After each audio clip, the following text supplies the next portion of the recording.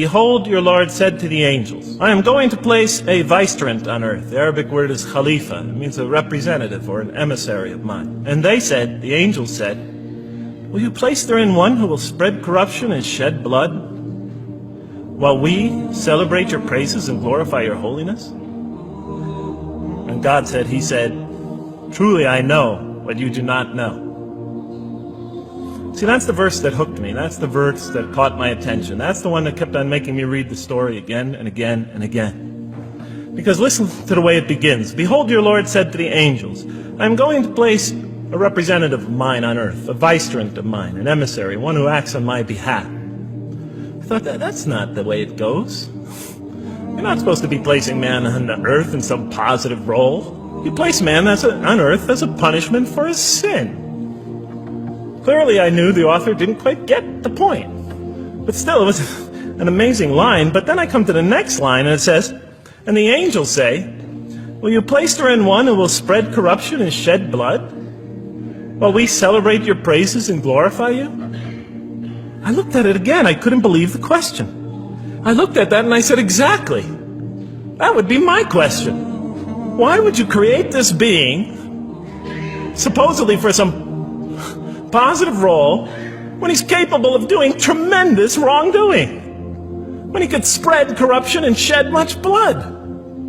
Why would you create this violent and pernicious creature when you could create angels?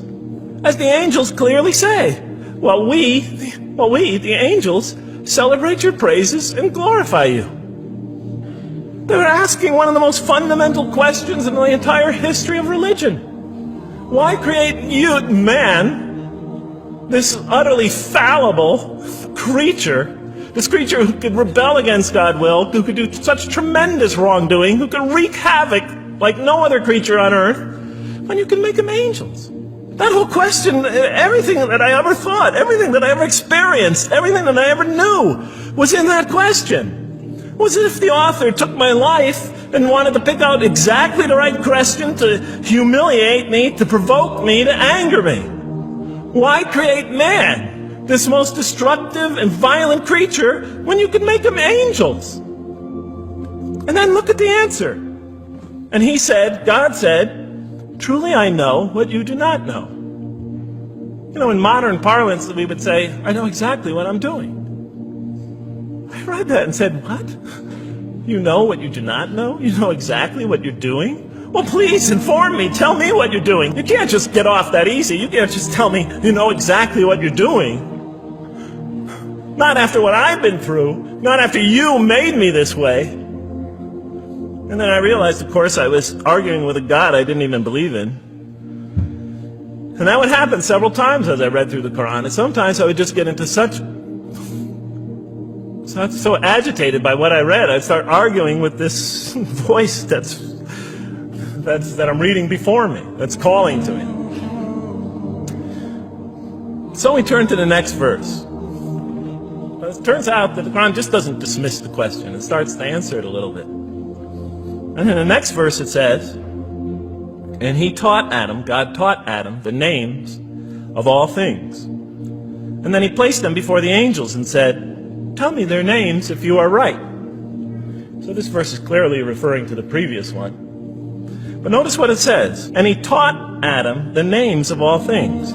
So here we see Adam is not only just a creature who knows how to name things, who's acquiring the gift of language, but he's also a learning creature. God is teaching him. Now right here, right in this verse, and it'll come even clearer in the subsequent verses, that the very first thing that the Quran is going to emphasize here is man's intellect. He is a learning creature. He is taught. And what is he taught? What is one of the great intellectual gifts he's given in response to the angel's question? The gift of language. Because through language, mankind can not only learn, but he could learn things not only through his own experience, but he could learn things that other people have experienced of times and places that are hundreds, thousands of years and miles separated from him. And so that all our knowledge becomes cumulative.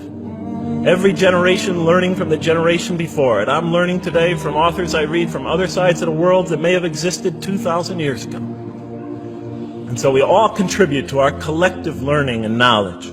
And so what I'll see later in the Quran, And the Quran will emphasize this again and again and again. Like in one verse it says, read in the name of your Lord who created a man out of a tiny creature that clings. Read, it commands the reader. For your Lord is most bountiful. Why is he most bountiful? What great gift did he give you? For he taught man the use of the pen, and through it taught him what he otherwise could not know. And he taught Adam the names of all things. And then he placed them before the angels and said, tell me their names if you are right.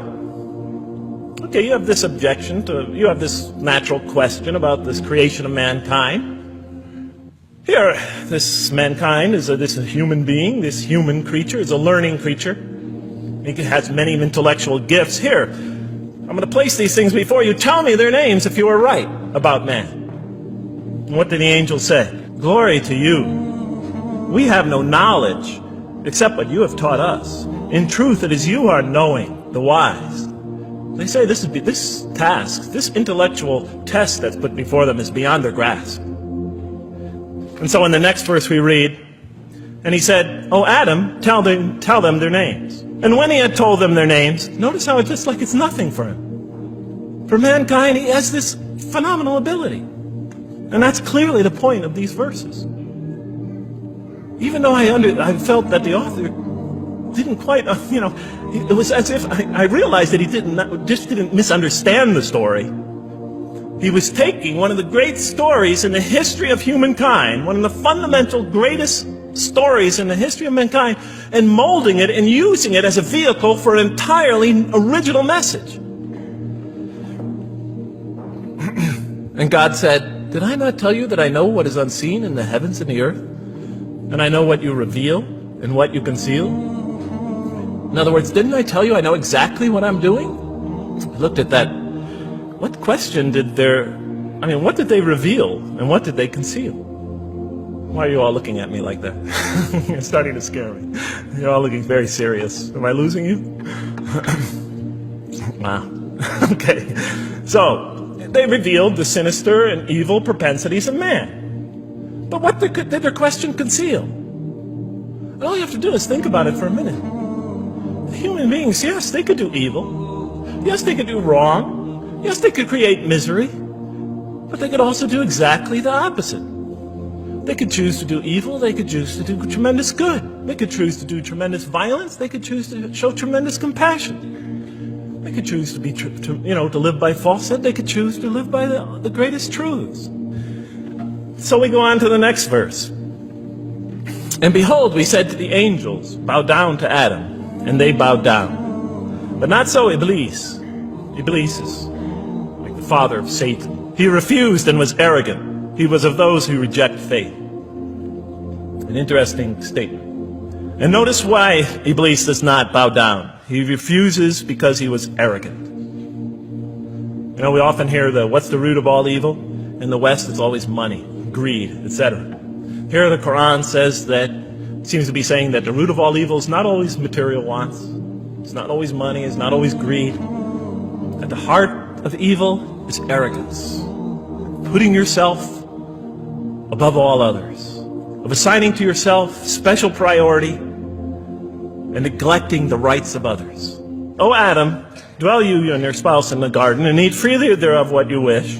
But come not near this tree, for you will be among wrongdoers. Then they make the mistake. But Satan caused them to slip and expelled them from the state in which they were. And we said, go all you down, some of you being enemies of others, will be adversaries of others. Some of you will be adversaries of each other, and on earth will be your dwelling place and provision for a time. Let's go back from where we started. First, mankind is being taught. We see he's an intellectual being. Then we show he's a moral being. Moral being means he's a being that's going to have to make choices.